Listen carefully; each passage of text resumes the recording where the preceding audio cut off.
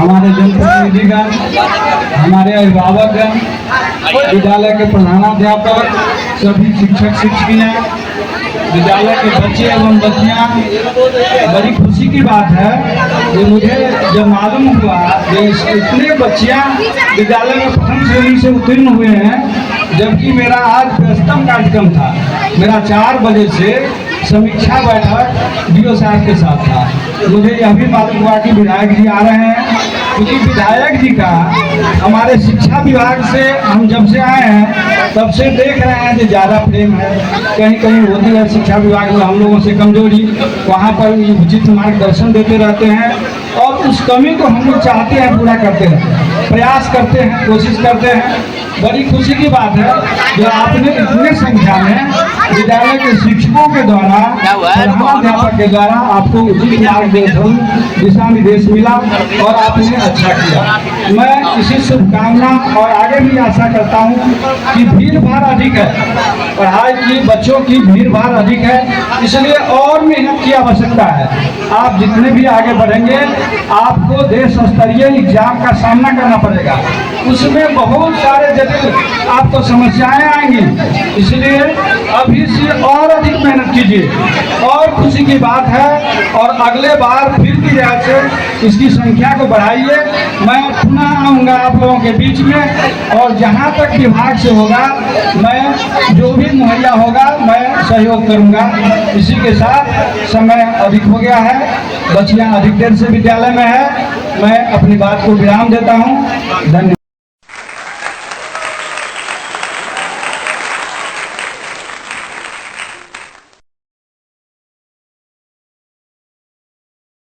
यहाँ के प्रखंड शिक्षा पदाधिकारी मानवर प्रमोद जी, इस विद्यालय के प्रधानाचार्य श्री विक्रमादित्य जी, उपस्थित हम सभी के अभिभावक डॉक्टर राघवेंद्र प्रसाद जी, हमारे सहयोगी और सामाजिक क्षेत्र में काम करने वाले कार्यकर्ता बंधु, आदरणीय विपिन पाठक जी, आदरणीय सुदिष्ट बैठा जी, यहाँ के सम्मानित मुखिया के प्रतिनिधि भाई अनिल जी, यहाँ के समिति भाई अनिल भंडारी जी और यहाँ के सम्मानित माने दामाद भी हैं ना यहाँ के भाई धीरेन्द्र जी और जिला परिषद सदस्य के तौर पर लगातार काम कर रहे हैं। विद्यालय प्रबंध समिति के सदस्य के तौर पर श्रीमती रितु जी, उपस्थित जगन्नाथ जी, बड़े भाई अजीत जी, बेचन जी, सभी का आज के इस अवसर पर राजेश ठाकुर जी, रामनाथ सार जी और सभी का जितने अभिभावक गण उपस्थित हैं, सभी का आज के इस अवसर पर हम हार्दिक अभिनंदन करते हैं, आप सभी का वंदन करते हैं। साथ ही साथ जो बड़ी संख्या में यहाँ उपस्थित हमारे छात्र एवं छात्राएं हैं, हम सब का आज के इस सुंदर अवसर पर अभिनंदन करते हैं, सभी अभिभावक का अभिनंदन करते हैं और एक शिक्षक को निर्देश भी देते हैं कि छज्जी पर लटक करके जो बच्चा देख रहा है उस सबको वहां से पीछे खड़ी देखने के सिलसिले में ऊपर से ऐसा न हो कि दूसरी घटना कोई घट जाए, तो अभिभावक भी और शिक्षक भी उसको जरा जा करके उनको नीचे उतारिए, लटक के देख रहे हैं और इस छज्जी का थोड़ा सा हाइट भी 1-2 ईंटा बढ़ाने का प्रयास करिए, भविष्य में उसको देखते हैं किस योजना और इससे होगा। आज के इस अवसर पर उपस्थित जिनको सम्मानित करना है उस बेटी को, उस बेटे को मैं खास तौर से साधुवाद देना चाहता हूं, धन्यवाद देना चाहता हूं। उनके अभिभावक को भी हम अपनी ओर से शुभकामना देना चाहते हैं कि आपके कठिन परिश्रम से, आपके सहयोग से, आपके निष्ठा से आपके बच्चे ने जो सफलता पाई है अपनी मेहनत के बदौलत, निश्चित रूप से परिवार और परिवार का जो एटमॉस्फेयर है, परिवार का जो भाव है, उसके कारण बच्चा अच्छा कर रहा है। और यहाँ के जो प्रधानाचार्य हैं वो बराबर सीरियस भी रहते हैं। यहाँ के शिक्षक एवं शिक्षकेतर जितने कर्मचारीगण हैं अपनत्व के भाव से विद्यालय में पठन पाठन का काम करते हैं। इसके लिए मैं विशेष रूप से विद्यालय परिवार को भी शुभकामना देना चाहते हैं। और साथ ही जितने बच्चे प्रथम श्रेणी से पास किए या द्वितीय श्रेणी से पास किए, घबराना नहीं है। जो द्वितीय श्रेणी हो गया उसको मन छोटा नहीं करना है, आगे कठिन परिश्रम करके हमको प्रथम श्रेणी में जाना है। ये संकल्प लेकर चलना है कि आज हम दूसरे नंबर पर वो रह गए तो कल प्रथम कैसे होंगे, इसके लिए कठिन परिश्रम करना है। और मैथिली शरण गुप्त ने लिखा है कि न रहो न निराश करो मन को, कुछ काम करो कुछ काम करो। तो काम करना है, पढ़ाई काम करना। बच्चों का काम क्या है? पढ़ना। तो जब हम कठिन परिश्रम से पढ़ाई करेंगे, सही दिशा में पढ़ाई करेंगे, तो सफलता हमको जरूर मिलेगी।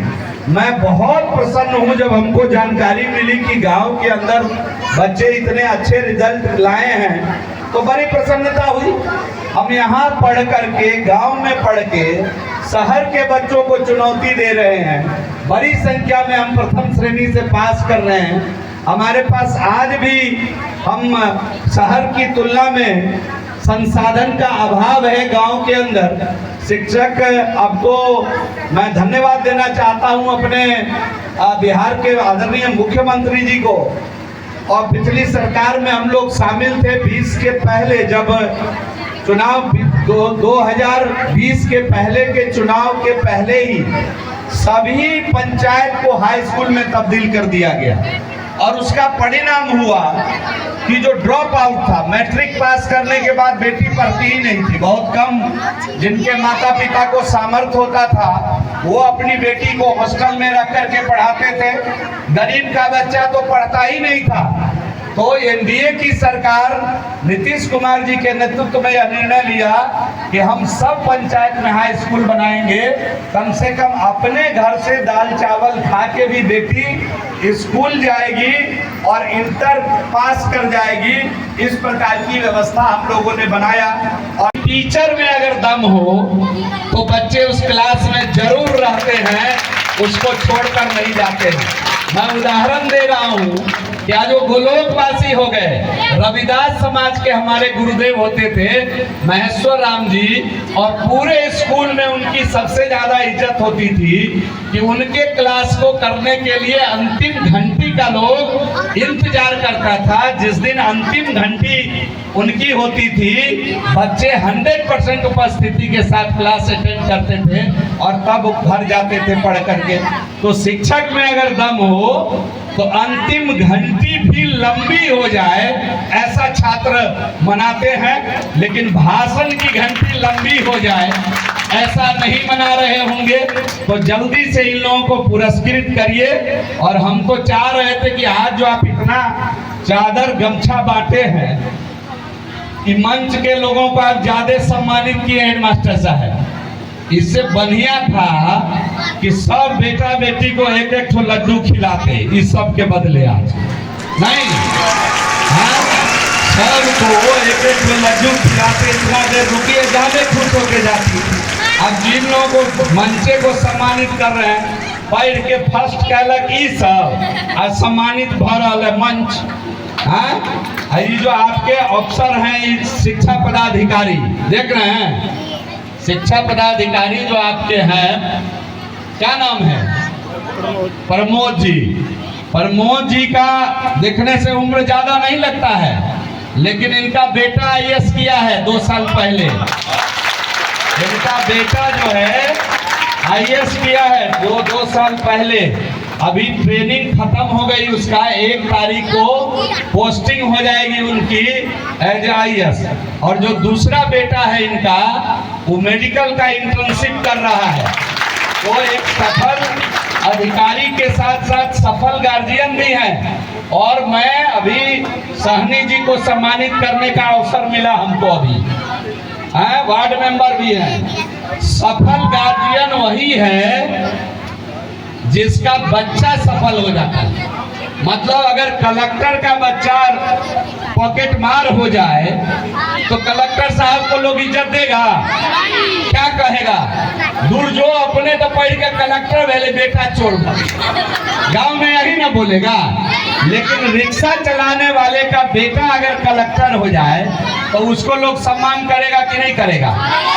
क्या कहेगा? जो रिक्शा चला के अपन बेटा के पढ़ा के कलेक्टर बना, है कि नहीं है? अब एगो कहानी सुना के अपनी बात खत्म करेंगे। एगो बुढ़िया थी और वो नौकरी करती थी।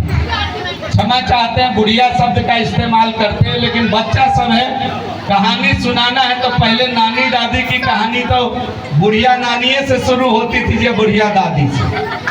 तो एगो बूढ़ी दादी थी, यही मान लीजिए। अब वो काम करती थी हेल्थ विभाग में। कहाँ? धनबाद में। वो जिस दिन रिटायर हो रही थी, रिटायर होगी ना, जैसे काम जब नौकरी रिटायर होगी तो जिस दिन रिटायर हो रही थी उस दिन पूरा कैंपस में पुलिस भर गया। तो सिविल सर्जन को लगा, सिविल सर्जन ऑफिस में प्यून का काम करती थी, पानी पिलाना, झाड़ू लगाना, पूरा काम करती थी। जब रिटायर हो रही थी तो पूरे ऑफिस कैंपस में पुलिस भर गया। तो वहां के अफसर सबको लगा जे हमारे ऑफिस का कोई आदमी जरूर गड़बड़ किया है जो इतना पुलिस आ गया।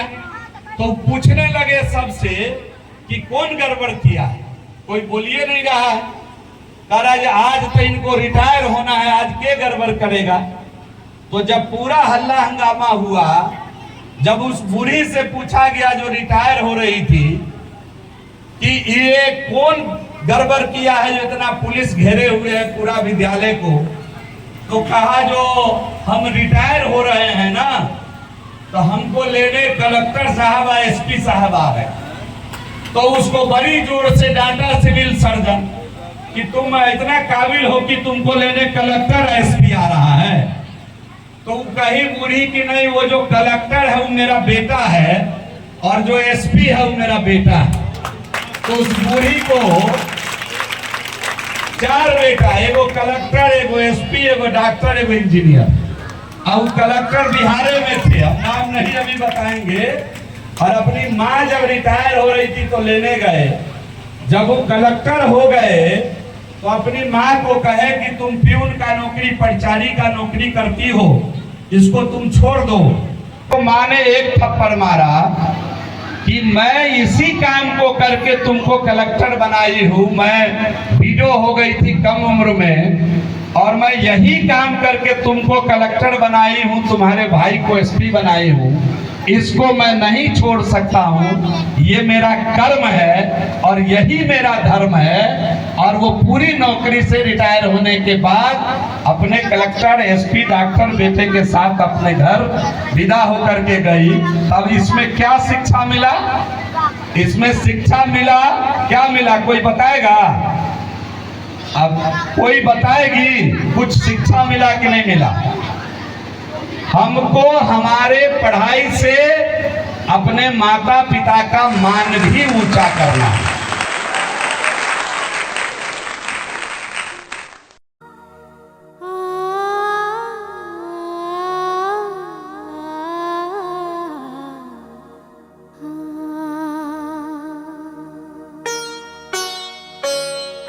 मैं